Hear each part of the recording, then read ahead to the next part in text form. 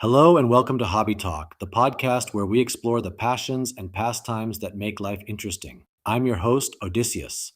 And I'm Penelope. We're so excited to have you with us for our very first episode. We are, and we decided to kick things off by diving headfirst into a hobby that, well, pretty much everyone is interested in.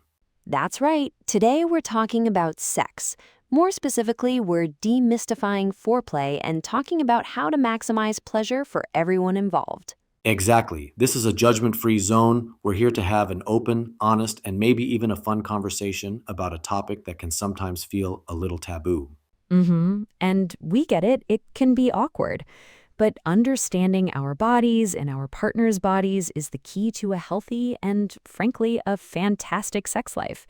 So let's just jump right in.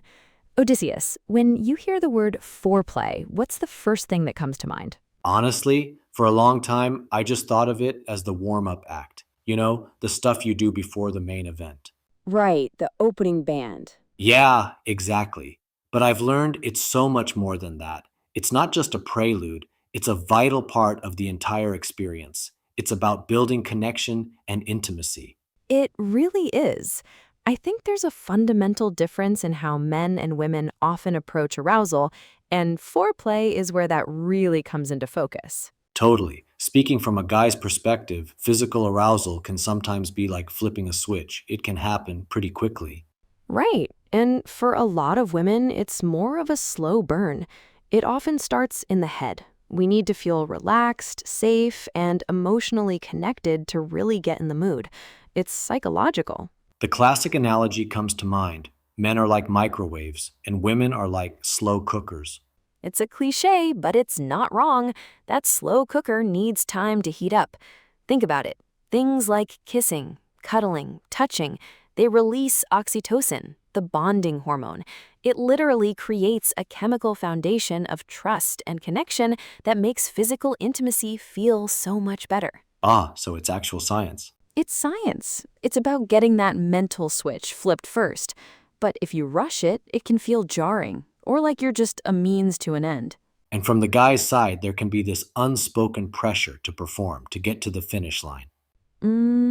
I can see that. And good foreplay completely changes that dynamic. It takes the pressure off because the focus shifts from a goal oriented act to just enjoying the moment and exploring pleasure together. It becomes about the journey. Yes, 1,000%. It builds this incredible tension and anticipation. It makes the climax for everyone so much more intense and satisfying. It's about creating a shared experience. Okay, so we've established it's important. Let's get into the fun stuff, the how. Let's share some practical ideas that go beyond just the basics. I love this. Okay, my first tip starts way before you even get to the bedroom. Ooh, I'm intrigued. It's the all-day simmer, sending a flirty text message during the workday. Something simple. Yeah, like thinking about you, or couldn't stop smiling about last night. Something that lets them know they're on your mind. Exactly. It costs nothing, takes 5 seconds, and it plants a seed. It makes your partner feel desired and builds that mental anticipation we were talking about. That's a great one. I'll add to that with non sexual touch throughout the day. Oh, yes. A lingering hug in the kitchen, a hand on the small of their back as you pass them in the hallway, or just holding hands while you're watching TV. I love that. It reinforces that physical connection without any pressure or expectation. It just communicates care and closeness, which is a huge turn-on in itself. Okay, so we've built the tension all day. Now we're in the bedroom. Let's talk about engaging all the senses to set the mood. Yes, it's not just about what you feel, but what you see, hear, and smell. Right, so for sight, dim the lights, light some candles, make the space feel special and intimate. For sound, make a playlist of music that makes you both feel sensual. Something without lyrics might be less distracting, or maybe silence is what you need to really focus on each other. And smell, a scented candle, some essential oil in a diffuser. Scent is strongly tied to memory and emotion. It can really elevate the experience. And don't be afraid to change up the scenery. If you always default to the same bedroom, try the living room floor or even a weekend getaway. A new environment can break the routine and make it feel like a special occasion.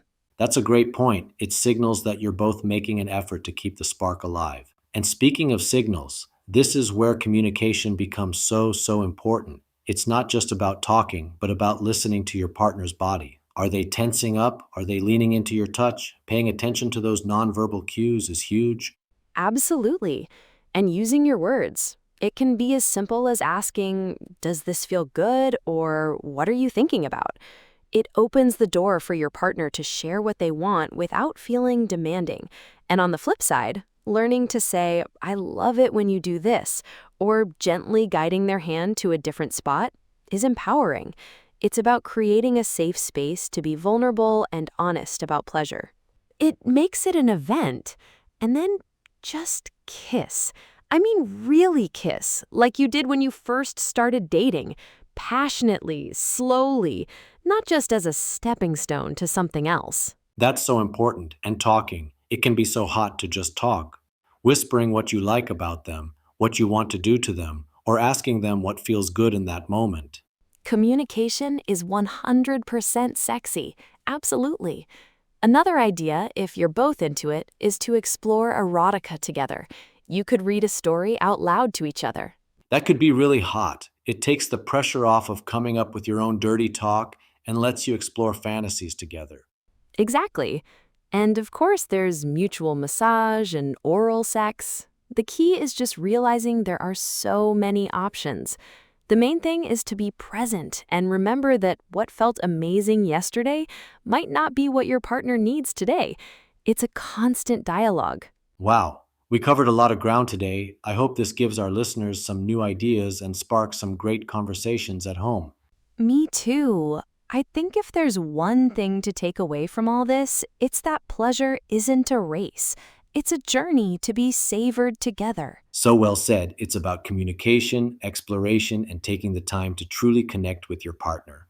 Absolutely.